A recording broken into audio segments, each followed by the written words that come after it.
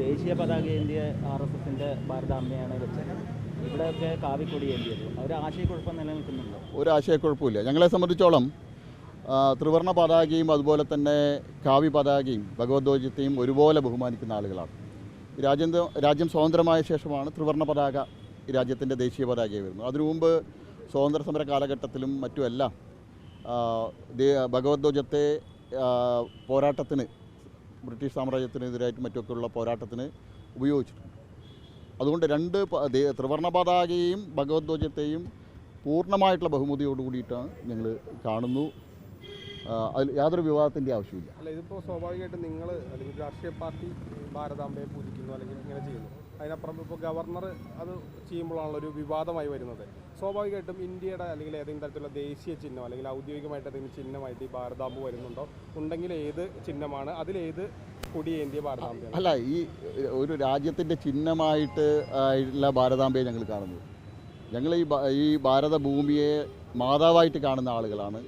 ആ ഭാരത മാതാവ് എന്നുള്ള സങ്കല്പമാണ് ഞങ്ങൾ ഇവിടെ ദേശീയ വികാരം. അതാണ് ഞങ്ങളുടെ സങ്കല്പം. ഈ രാജ്യത്തെ കോടാനുകോടി ജനങ്ങൾ ഏതെങ്കിലും സർക്കാർ ഔദ്യോഗികമായിട്ട് അംഗീകരിച്ചതിൻ്റെ പേരിലല്ല ഈ ഭാരതമാതാവിനെ എന്നുള്ള വികാരം ഞങ്ങൾ നെഞ്ചിലേറ്റുന്നത്. രാജ്ഭവനിൽ ചിത്രം വയ്ക്കുന്ന ഉചിതമാണ്. അതൊരു ഔദ്യോഗികമായുള്ള ഒരു പരിപാടിയല്ല. ഞാൻ ചോദിക്കുന്നത്, രാജ്ഭവനിൽ പിന്നെ ഹമാസ് നേതാക്കളുടെ ചിത്രം വെക്കാൻ പറ്റും? ഹമാസ് നേതാക്കൾ ഞാൻ ചോദിക്കട്ടെ, ഞാൻ തിരിച്ചൊരു ചോദ്യം ചോദിക്കട്ടെ. ഹമാസിന്റെ നേതാക്കന്മാരുടെ ചിത്രം പിടിച്ചുകൊണ്ട് പാലക്കാട് തൃത്താലയിലല്ലേ എഴുന്നള്ളിപ്പ് നടന്നത്? അതിനെ വിമർശിക്കാൻ ഏതെങ്കിലും രാഷ്ട്രീയ പാർട്ടികൾ തയ്യാറ്?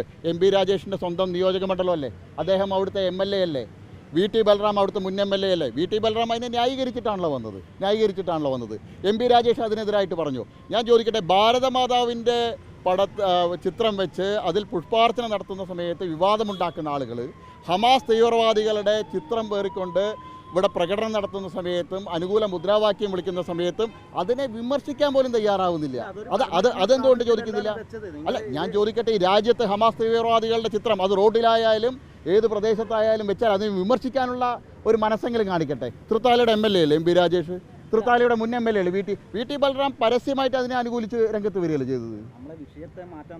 വിഷയത്തെ മാറ്റാൻ ഞാൻ ചോദിക്കുന്നത്, ഭാരതമാതാവിൻ്റെ ചിത്രത്തിൽ ഗവർണർ പുഷ്പാർച്ചന നടത്തിയതിനും ചിത്രം വെച്ചതിനും എതിരായിട്ട് ശക്തമായിട്ട് രംഗത്ത് വരുന്ന ആളുകൾ എന്തുകൊണ്ട് ഹമാസ് തീവ്രവാദികളുടെ ചിത്രം എഴുന്നള്ളിച്ചുകൊണ്ടുള്ള ഒരു പ്രകടനം ഇവിടെ നടന്ന സമയത്ത് അതിനെ വിമർശിക്കാൻ മുന്നോട്ട് വന്നില്ല? നിങ്ങൾ അവരോട് ചോദിക്കണം. ഇത് എന്നോട് ചോദിക്കുന്നത് പോലെ അവരോട് ചോദിക്കണം. ഹമാസ് തീവ്രവാദി ശിവൻകുട്ടിയോട് ചോദിക്കണം. തൃത്താലയിൽ ഹമാസ് തീവ്രവാദികളുടെ ചിത്രം വെച്ച് നടന്ന സമയത്ത്, എഴുന്നള്ളത്ത് നടന്ന സമയത്ത് ഈ ശിവൻകുട്ടി എവിടെ പോയി? MP രാജേഷ് എവിടെ പോയി? CPMൻ്റെ നേതാക്കൾ എവിടെ പോയി? CPIയുടെ നേതാക്കൾ എവിടെ പോയി? അവർക്കാർക്കും അന്ന് വിമർശിക്കാനില്ല. അവരെ വിമർശിക്കാൻ തയ്യാറല്ല. അവരുടെ ഈ വിമർശനത്തിന് പിന്നുള്ള വികാരം എന്താണ് ഞങ്ങൾക്കറിയാം. വരുന്ന തദ്ദേശ സ്വയംഭരണ തെരഞ്ഞെടുപ്പ്, വരുന്ന അസംബ്ലി തെരഞ്ഞെടുപ്പിൽ ഒരു കൂട്ടം മതമൗലികവാദികളുടെ വോട്ട് ബാങ്കിൽ ലക്ഷ്യമിട്ടിട്ടുകൊണ്ടാണ് അവർ ഭാരതമാതാവിൻ്റെ ചിത്രത്തിലുള്ള പുഷ്പാർച്ചനയെല്ലാം വിമർശിക്കുന്നതെന്ന് ഞങ്ങൾക്ക് കൃത്യമായിട്ട് അറിയാം. ഇത് പുതിയ രീതിയല്ല. ഇത് ശിവൻകുട്ടിക്ക് പുതിയ രീതിയായിട്ട് തോന്നുന്നുണ്ടാവും. ഞാൻ RSSന്റെ ശാഖയിൽ ഞങ്ങളെ ഈ ഗവർണർ പദവിൻ്റെ അദ്ദേഹം ഈ രാജ്യത്തെ ഒരു പൗരനാണ്. അദ്ദേഹം ഈ ഒരു സംസ്കാരത്തിൻ്റെ ഭാഗമായിട്ട് വളർന്ന ആളാണ്. ഭാരതമാതാവിൻ്റെ ചിത്രം വയ്ക്കുന്നതും പൂജിക്കുന്നതും തെറ്റാണെന്ന് എവിടെ പറഞ്ഞിട്ടുള്ളത്? പുഷ്പാർച്ചന നടത്തുന്നതും തെറ്റാണെന്ന് എവിടെ പറഞ്ഞു? ഞാൻ ചോദിക്കട്ടെ, പിന്നെ കമ്മ്യൂണിസ്റ്റ് പാർട്ടികൾ ഈ രാജ്യത്തെ 16ആയിട്ട് വിഭജിക്കണം എന്ന് പറഞ്ഞു ബ്രിട്ടീഷുകാരുടെ കാലഘട്ടത്തിൽ. അതുപോലെ 16ആയിട്ടുള്ള മാപ്പാണ് വെക്കുന്നത്. ഞാൻ ചോദിക്കട്ടെ, ഇവിടുത്തെ നിരവധി സ്ഥലങ്ങളിൽ കാശ്മീരിൻ്റെ ഭൂപടം ഇല്ലാത്ത മാപ്പ് വെച്ചിട്ടുണ്ട്. നിങ്ങൾ പരിശോധിക്കേ.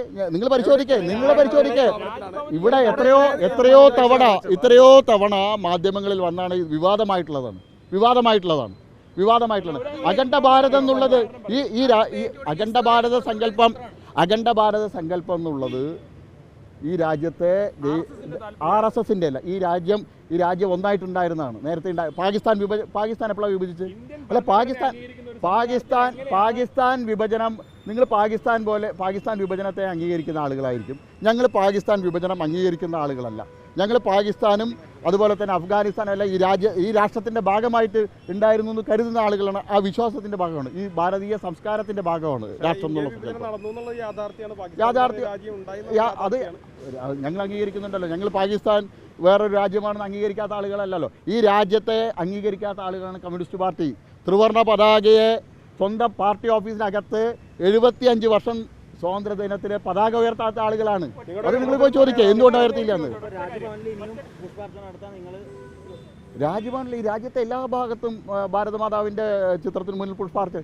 ഭാരതമാതാവിനെ സ്വന്തം അമ്മയായി കാണുന്ന, ഈ രാജ്യത്തിൻ്റെ മാതാവായി കാണുന്ന, രാഷ്ട്രത്തിൻ്റെ മാതാവായി കാണുന്ന ഇവിടുത്തെ ദേശീയ ജനത ചെയ്യും. അതിൽ തെറ്റെന്താ?